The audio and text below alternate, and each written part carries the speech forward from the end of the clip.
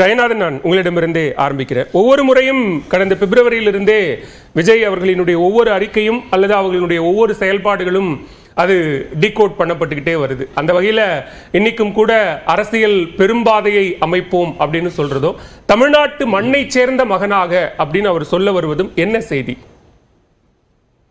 அதில் பொதிந்திருக்கக்கூடிய செய்தி என்னவா இருக்கும் அப்படின்றது என்னுடைய அனுமானம் என்னன்னா, தமிழ்நாட்டு மக்களினுடைய தேவைகள், எதிர்பார்ப்புகள், உரிமைகள் அது சார்ந்து எனது அரசியல் பாதை இருக்கும் அப்படின்றது தான் அதில் வெளிப்படக்கூடியது. முன்னாடிலாம் சொன்னால் நான் உங்கள் வீட்டு பிள்ளை அப்படின்னு ஒருத்தர் சொல்ல மாட்டாங்களா, அந்த மாதிரி அவர் இந்த மண்ணின் மைந்தனாக, உங்களின் மகனாக அப்படின்னு சொல்கிறாரு. அது ஒரு அந்யோன்யத்தை ஏற்படுத்தக்கூடிய ஒரு சொல். அது அந்த அடிப்படையில் அவர் அதை பண்ணுறாரு.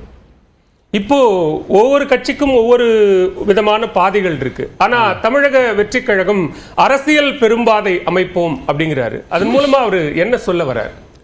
கொஞ்சம் பொறுத்திருக்க வேண்டியதுதான். 27ஆம் தேதி வரைக்கும் பெரும்பாதை அப்படின்னு இலக்கை எட்டுவதற்கான வழிமுறைகள், செயல்பாடுகள் அப்படின்றத ஒரு கட்சி தீர்மானம், கொள்கை பிரகடனம் அப்படின்றது சொல்லிட்டதுக்கு பிற்பாடும் கூட என்ன இலக்கு, எதையெல்லாம் சாதிக்கிறது அப்படின்றத நாங்கள் முதன்மையாக வச்சிருக்கிறோம், அது சாதிப்பதற்கான வழிமுறை என்ன அப்படின்றதெல்லாம் சொல்லித்தான் இன்னைக்கு ஒரு அரசியல் கட்சி தன்னை நிலைநிறுத்தி கொள்ள வேண்டிய ஒரு கட்டாய சூழல் இன்னைக்கு இருக்கு. அப்படிப்பட்ட பிரச்சனைகள் இருக்கு, அப்படி ஒவ்வொன்றையும் எதிர்கொள்ள வேண்டியது இருக்கு. அப்போ ஒரு தெளிவான ஒரு வழிகாட்டுதலுடன் ஒரு கட்சி தொடங்கப்பட வேண்டும் என்றால் இதையெல்லாம் சொல்லித்தான் தீர வேண்டும். எனவே அதையெல்லாம் அவர் சொல்றாரு. அதையெல்லாம் உள்ளடக்கி அந்த அரசியல் பெரும்பாதை என்று அவர் குறிப்பிடுகிறார் என்று நான் நினைக்கிறேன். இப்போ ஒவ்வொரு காலகட்டத்திலும் அவர் பேசின பேச்சுக்களோ அல்லது கொடுத்த அறிக்கைகள் வாயிலாகவோ கிட்டத்தட்ட விஜயனுடைய தமிழக வெற்றி கழகத்தினுடைய கொள்கை இதுதான், அவங்க போக போற பாதை இதுதான், பெரியார், அம்பேத்கர், பெரியார், காமராஜரை படியுங்கள் அப்படின்னு சொன்னதா இருக்கட்டும், அதற்கு பிறகு மொழிப்போர் தியாகிகளை, சுதந்திர போராட்ட தியாகிகளை வணங்குவதாகட்டும், இப்போ பெரியார் பிறந்த நாள்ல பெண் உரிமை, பெண் கல்வி, பெண்கள் பாதுகாப்பு, சம உரிமை, சமூக நீதி குறித்து பேசியதாகட்டும், இதெல்லாம் திராவிட இயக்கத்தின் வழியாக அதனுடைய நீட்சியாகத்தான் ஒரு கிளைக்கழகம் போல அவர் செயல்படுவாரு அப்படின்னு சொல்றாங்க. எப்படி வேணாலும் சொல்லலாம். அது அனைத்தும் அவங்களுடைய வசதியான ஒரு விமர்சனமா இருக்கும். சமூக நீதி அப்படின்றது இன்றைக்கு இந்திய அளவில் ஒலித்து கொண்டிருக்கக்கூடிய, இன்றைக்கு அரசியல் போக்கையே தீர்மானிக்கக்கூடிய அளவிற்கு ஒரு ஆழமான ஒரு விடயமாக போய்விட்டது. என்னைக்கு பேசியிருக்கிறாங்க சாதிவாரி கணக்கெடுப்பு அப்படின்றது இந்திய அளவில் எப்போ ஒலிச்சிருக்கு. என்னைக்கு இந்திய ஒன்றிய அரசு சாதிவாரி கணக்கெடுப்பை பற்றி நாங்கள் பரிசீலனை செய்வோம்னு என்னைக்கு சொல்லியிருக்காங்க. எல்லாம் இன்னைக்கு தான் சொல்றாங்க. ஒரு காலகட்டத்தில் 1990 சமூக நீதி காவலர் VP சிங் இதை எழுப்பிய போது எதிர்த்த காங்கிரஸ் கட்சி இன்றைக்கு அதையே சொல்லுகிறது.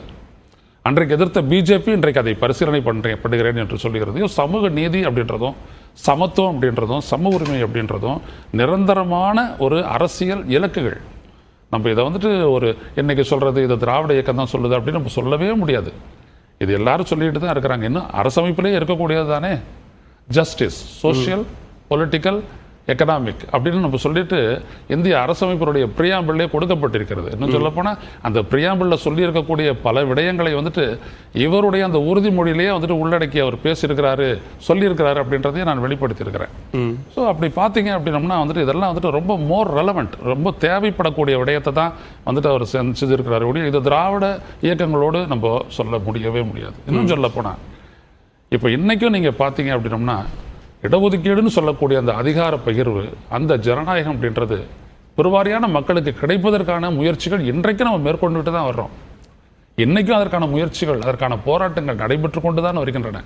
அப்படி இருக்க விஜய் சொல்லும் போது இது அதனுடைய கிளைக்கடகம் அப்படின்னு சொல்லக்கூடிய இதெல்லாம் பார்த்தீங்கன்னா ஒரு சரியான விமர்சனம், சரியான பாதை அல்ல. பெரியாருக்கு மரியாதை செலுத்திய பிறகாக விமர்சனங்கள் வருது. அந்த விமர்சனத்துக்கு பிறகு தமிழ்நாட்டு மண்ணை சேர்ந்த மகனாக அப்படின்ற ஒரு ஸ்டேட்மெண்ட்டை கொடுக்கிறாரு. அதுவும் செய்தி சொல்ல வருதா? ஆமா, ரெண்டுமே தான். பெரியார் அப்படின்றது என்னன்னா இதுதான் அடித்தளம் அப்படின்றது இருக்குல்ல, பெட்ராக், அடிப்படையா இந்த என்ன அடிப்படையில் இந்த கொள்கையில் நிக்க போறாங்க அப்படின்றத அவர் முன்னாடியே சொல்றாரு. எதை படிங்கன்னு அவர் சொன்னாரோ அப்பவே அதுக்கான ஒரு அடித்தளத்தை அவர் போட்டிருக்காருன்னு அர்த்தம். இது ரெண்டாவது அரசியல் ரீதியா வரும்போது, சமூக ரீதியா பெரியார் அப்படின்னு எடுத்துக்கிட்டோம்னாலும் அரசியல் ரீதியாக வரும்போது தமிழ்நாடு, தமிழருடைய உரிமை, தமிழருடைய வாழ்வாதாரங்கள், தமிழர் பண்பாடு போன்றவற்றில் நாங்கள் உறுதியாக நிற்போம், மொழி உரிமை போன்றவற்றில் உறுதியாக நிற்போம் அப்படின்றதனுடைய அர்த்தம் தான் இப்படி சொல்லியிருக்கிறதெல்லாம். சரி, முதற்கட்ட பார்வையாக நான் எடுத்துக்கிறேன். இங்கே திரு கார்த்திகேயன் தமிழ்நாட்டில் சில விஷயங்களை தொடாமல் இங்க அரசியல் செய்ய முடியாது அல்லது ஒரு அரசியல் கட்சியை நடத்த முடியாது என்கிற அடிப்படையில் விஜய் வந்து பெரியாருக்கு மரியாதை செலுத்தியிருக்கிறார். ஆனா அந்த மரியாதை செலுத்திய பிறகாக பாஜகவும் நாம் தமிழரும் முன்வைக்கக்கூடிய விமர்சனங்கள் விஜயை யோசிக்க வைத்திருக்கிறதா?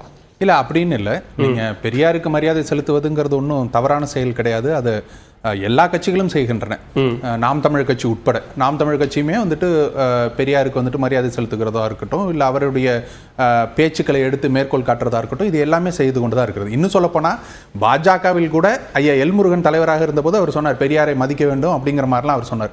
அப்படி இருக்கும்பொழுது சமகாலத்தில் நம்மளுக்கு கண்ணுக்கு தெரிஞ்ச தலைவர்களில் பெரியார் ஒரு தவிர்க்க முடியாத ஒரு தலைவராக இருந்து கொண்டிருக்கிறார்.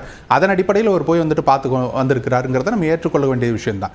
ஆனால் இது வந்துட்டு ஒரு அரசியல் பாதையை நிர்ணயிக்குதா, அவர் அந்த பாதையில் பயணிக்க போறாரா, அதனுடைய கிளைக்கழகமாக இருக்க போறாராங்கிறதெல்லாம் அவர் தான் தீர்மானிக்கும். நீங்க சொன்ன எல்முருகனும் சரி, டாக்டர் தமிழிசையும் சரி, அவர்கள் சொல்றாங்க. ஆனா சீமான் அவர்கள் குறிப்பிடும் போது பெரியார் எங்களுக்கு வந்து வழிகாட்டி தான், அவர் எங்களுக்கு தலைவர் இல்ல அப்படிங்கிற. இங்க கொள்கை தலைவர் அப்படிங்கிற ஒரு புள்ளிக்கு வரும்போது விஜய் பெரியாரை மரியாதை செலுத்துகிறார், அவரையும் படிக்க சொல்றார், அவரையும் எடுத்துக்கிறார். அப்போ முரண்பாடு இருக்குன்னு தானே அர்த்தம்? இல்ல, முரண்பாடு இல்லாத ஒரு விஷயங்களே இல்லை. நீங்க ஐயா பெரியார் பேசிய பேச்சுக்கள்லேயே வந்துட்டு ஒரு நாள் பேசியதுக்கும் இன்னொரு நாள் பேசியதுக்கும் அவ்வளோ முரண்பாடுகள் இருக்கு. அப்போ இவர் செய்யக்கூடிய செயல்கள் வந்துட்டு விஜய் அண்ணா செய்யக்கூடிய செயல்களில் என்னவா வரப்போகுது விளைவுகள்ங்கிறத அவர் எடுத்து வைக்கக்கூடிய கருத்துக்கள்லையும் அவர் மாநாட்டிலையும் தான் நமக்கு தெரிய வரும். இப்போ அதே பாதையில் தான் நம்ம பயணிக்க போகிறோம். திராவிடம் தான் என்னுடைய சித்தாந்தம், திராவிடத்தை தான் நான் ஏற்று நடக்க போறேன்னு அவர் சொல்றாருனாக்க அதுக்கு அவர் கட்சி ஆரம்பிக்க வேண்டிய தேவையில்லை. அதுக்கு ஏற்கனவே பல கட்சிகள் இருக்குது. அப்போ மாற்று சிந்தனையை ஒன்று உருவாக்க வேண்டியது இங்கே தேவை இருக்கிறது. நான் ஒரு மாற்றாக வருகிறேன். இப்போ கமலஹாசன் அவர்கள் வரும்போது ஒரு மாற்றை முன் வச்சார், மையம் அப்படிங்கிற ஒரு மாற்றை முன் வச்சு வந்தார். நாங்கள் வேற ஒரு மாற்றை முன் வைக்கிறோம். நாங்கள் வந்துட்டு தமிழ் தேசியம்ங்கிற ஒரு கட்டமைப்பை வந்துட்டு முன் வைக்கிறோம். இப்ப இது இல்லாமல் அவர் வேற ஏதாவது ஒரு பாதையை தேர்ந்தெடுக்க போகிறாரா, அல்லது திரும்பவும் திராவிடத்துக்குள்ளோ இல்ல வேற ஒரு சித்தாந்தத்துக்குள்ளோ தன்னை வந்துட்டு அடக்கிக் கொள்ள? தமிழக வெற்றி கழகம் தேர்ந்தெடுக்க வேண்டியது திராவிட பாதையா தமிழ் தேசிய பாதையா அப்படிங்கறத யாரு முடிவு பண்ணணும்? வெளியில் இருக்கக்கூடிய கட்சிகள் விஜய் தான் முடிவு பண்ணணும்.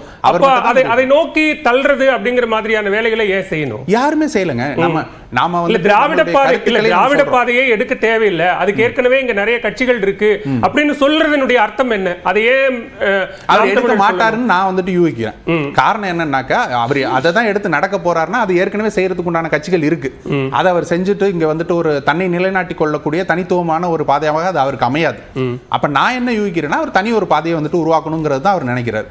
அரசியல் பெரும்பாதையை நம்ம உருவாக்குவோம் அப்படின்னு அவர் சொல்றாருனாக்க அதற்கு பின்னாடி வேற ஒரு அர்த்தம் இருக்கிறதாகத்தான் நான் புரிஞ்சு கொள்றேன்.